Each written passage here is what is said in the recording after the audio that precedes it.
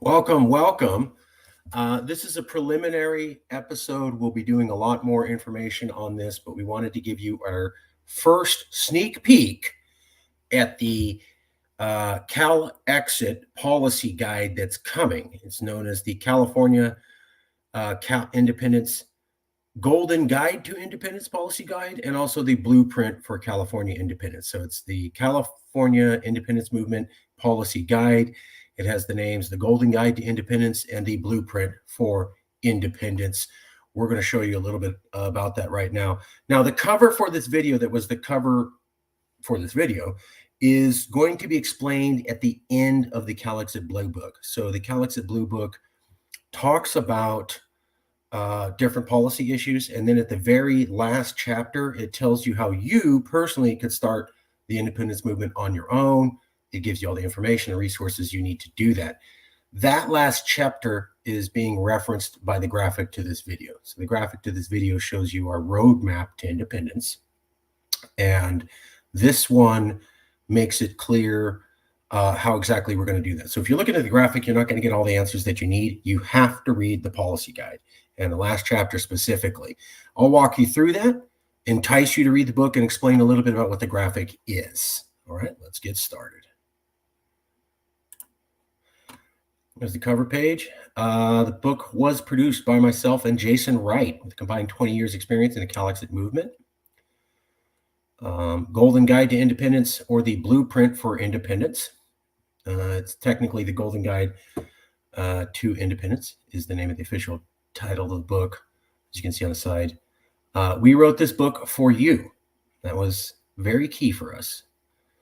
It includes an executive summary, why we wrote this, signed by Jason and myself.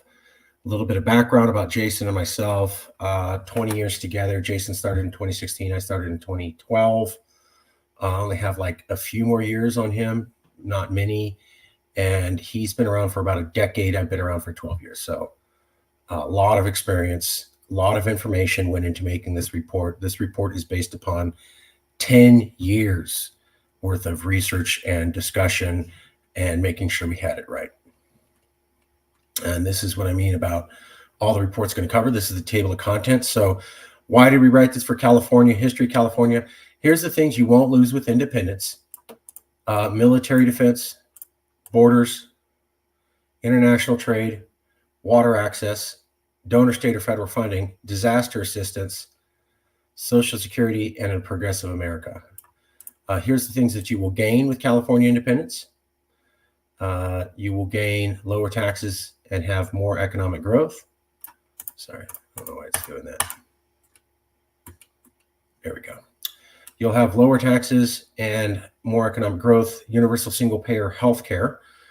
We can eradicate homelessness permanently. We can keep our youth from dying in wars. We can save our youth from gun violence, and we can protect your civil rights, which may be taken away very seriously soon. Additional reasons for California independence would be finally able to be our authentic self, removing bad influences from America, dealing with the fact that we are not fairly represented in the American democratic regime, and looking at how the relationship between California and America hasn't been working for a long time. We're going to briefly cover all of this.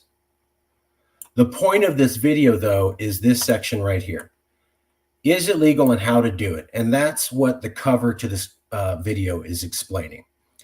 In addition, the appendix is a list of invitees for a California Blue Ribbon panel that we put together based upon people who have publicly talked about Calexit, and a list of California agencies that are comparable to federal agencies. So why we wrote this for California at the beginning. I'm briefly going to cover this. This isn't the point of this video.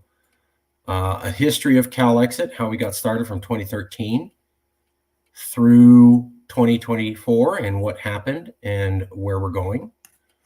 Things that you won't lose with California independence, like we talked about. California already has its own Army and Navy. This explains that on the right in the blue box is all of the facts. On the left is the references. And every highlight you can click and it will go directly to the original source document. So if you just want to know the facts, just read the blue box. Then hey, you want to know what the suggested policy is. So I want to know what the facts are, and then I want to know what you're going to do about it.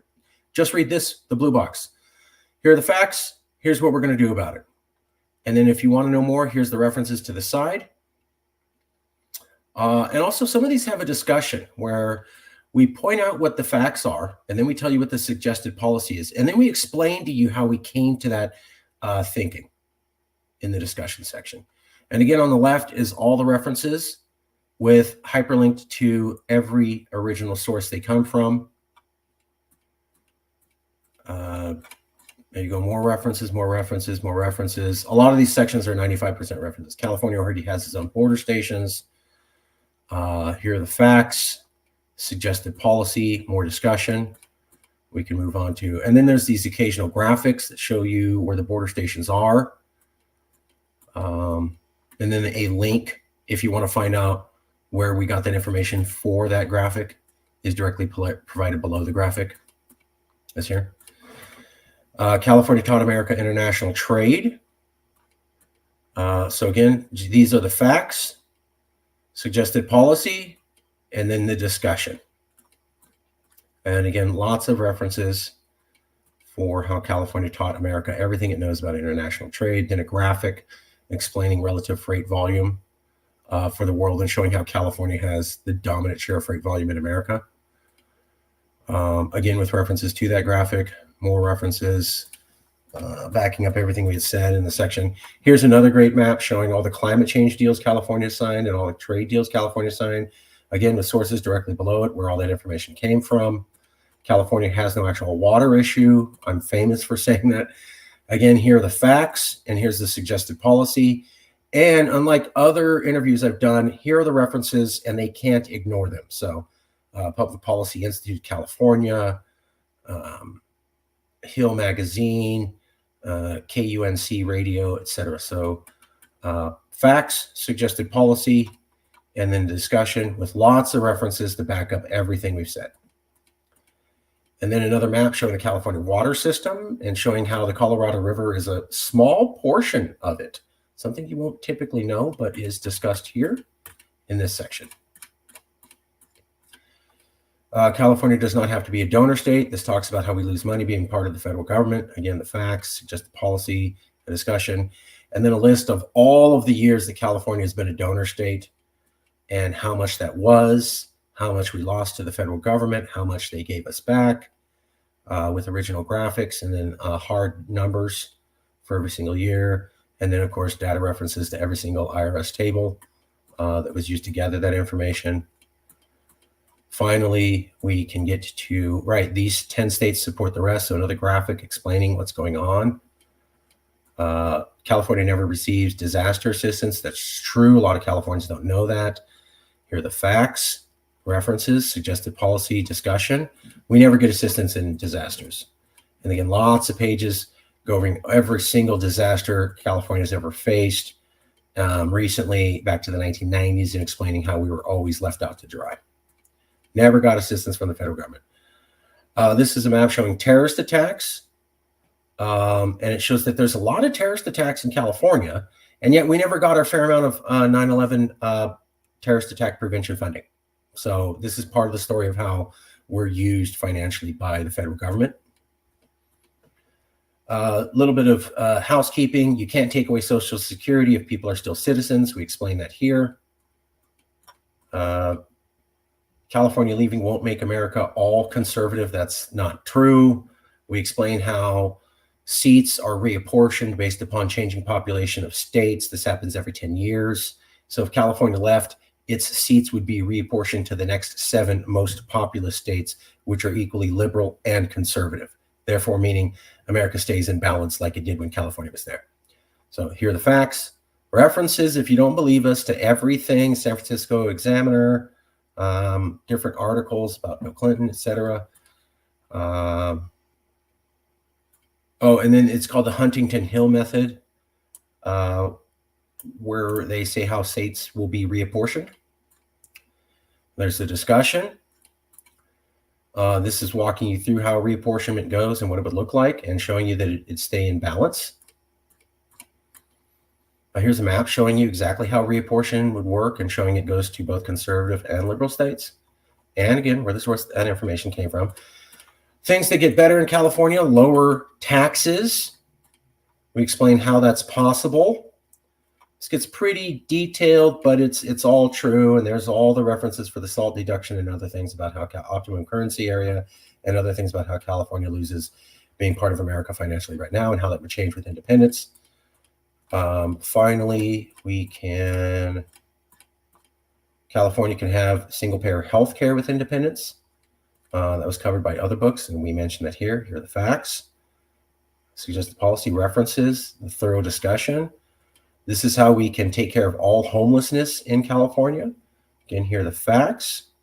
Suggested policy and a discussion with references to everything. The homeless section is very extensive with references going back about 15 years. Chart showing where California homeless come from, especially with a reference to it. Homelessness across America, another map showing how California has the majority of it, and yet we don't get assistance. We can save our children from going to foreign wars and dying, since we have the most amount of young people who die in foreign wars, even though we're the most vociferous in our opposition to American wars. And here's all the wars Californians have fought in and died in, and how we were the #1 place for body bags in both the Iraq War and the Vietnam War, which we protested more than anyone else. And yet we died more than anyone else in those 2 wars. So we really lose out. Our youth die for wars we don't support. Gun violence, we can't have gun protection that we want. Here are the facts. Policy discussion, recommendation discussion, lots of references to California laws that have been shut down. Then here's another thing showing all the mass shootings in California we can't protect ourselves from. This is talking about how Donald Trump, when he was president, took away a lot of our rights, and that if he returns, he may do that even more so. Here's some of the rights that Trump attempted to remove from us and that we could be concerned having be removed again. Again, references for everything. It's not just us being mean. References to all of these policy suggestions by Donald Trump. And how even if Trump's gone, there could be someone worse than Trump. This is showing how Americans were losing hope even before Trump and after Obama, that things were not working out. So something you're not typically going to hear people like to point out, things got bad with Trump. They were actually bad with Obama. And then it got worse with Trump. And we show that here. Again, with a reference to it. Additional reasons for California independence. Our culture is different than American culture. California learns hate from America. We need to stop that.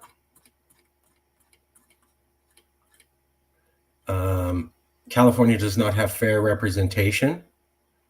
Here are the facts. Here's how we proved that, all the references. America kind of hates California, and that's been true for a long time. When we bring this up, a lot of people think that we're just being mean, but that's not true. These are the facts, policy suggestion, and then just tons of references. Tons of references going back over a decade of America hating on California.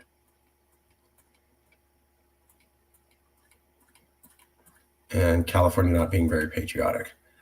This is a map of all the cities in California that forced neighbors to take down the American flag. We didn't make that happen. This is just what California does on its own. This is the section that the graphic for the video is referring to. Secession is legal and allowable according to the Supreme Court. I'm going to walk you through how. So this is referencing the front cover. We talk about the facts about secession. There's a lot of them for people to know. People are generally unaware of a lot of these. Even more facts for 2 pages, that just to even get up to speed. And then even more facts just for you to get up to speed. A few more facts for you to get up to speed. And then a policy suggestion. Any citizen can file a petition for Calexit. And then here, so this is what the actual map is getting to. Any citizen can file a petition for Calexit. You collect signatures, place an initiative to ballot on the win. California government is forced to send a representative to Washington and create an exploratory committee for secession on California. If the ballot wins, Californians can launch a nationwide campaign to encourage Republicans to vote us out by reminding them how different California is and how we screw up America with our constant suggestions for radically liberal policy changes. For example, as I was explaining to a colleague, when Governor Newsom put billboards in other states saying that everyone had the right to abortion, that pissed off conservatives. When California banned 17 travel for California sports teams in 17 conservative states, that upset conservatives. When Californians come up with new gun regulation, that upsets conservatives. When Californians came up with new regulations on transgendered access for children, that really upset Republicans. So you file the petition. If you send a representative to Washington, if the Republicans in Washington, we don't have enough votes from them at that time, we basically act like Californians. We ban travel to other states because they're discriminatory. We come up with new rules for transgender that scare with them. We come up with new rules for AIDS patients that scare them. We come up with new rules for guns that scare them. We stick our nose in their policy issues directly and criticize them for being backwards people. All of this stuff we've already done, and it really upsets Republicans. So what we're saying is if you go to Congress, you're going to get a lot of Republican votes because, as we showed earlier, Republicans hate California. A lot of Americans hate California. If you don't get enough, we can come back and do our normal behaviors, which seems to really upset Americans, and then we reapply, and that's how we would get the vote. That's why I called this section "You Can't Lose."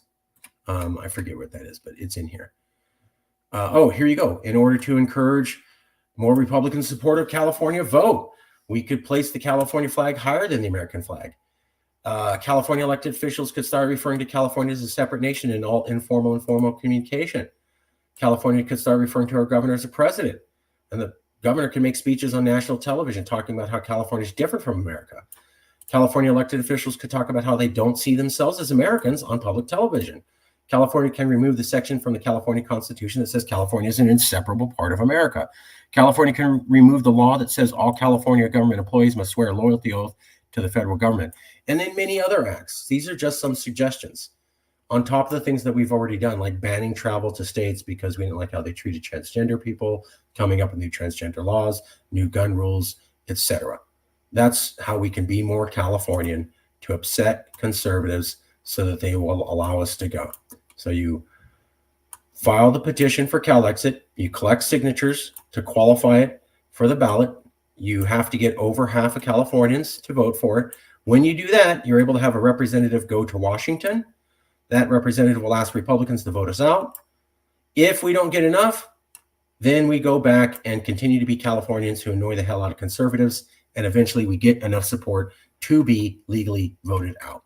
And that's the legal path. So this is the section, is California independence legal? California legal secession is allowable according to the U.S. Supreme Court. This is what the graphic refers to, but you're going to have to read the report to learn about how it makes more sense and all the background information, again, supporting this. And we also put a copy of the Calexit initiative in here. Since it's public information, it was filed publicly and then posted publicly, it's public information. So I filed it, so it's my info. This is available for the public. You could refile this at any time. Just change the information, change this, so you're not me, and then you could refile it. You got paid $2,000, but you basically change this info, refile the thing, and you filed your Calexit petition. Additionally, because it was approved by 3 separate California attorney generals, it's likely it would be reapproved for anybody who reapplies it. Here's the petition. It's already ready for everybody to file, etc. And then we go into more information on how this makes sense and is fully legal. So that is what that report is about. This is just a brief overview. Wanted to give you a sampling of what it's going to be and what it looks like. And we'll have more information as we get it. Thank you very much.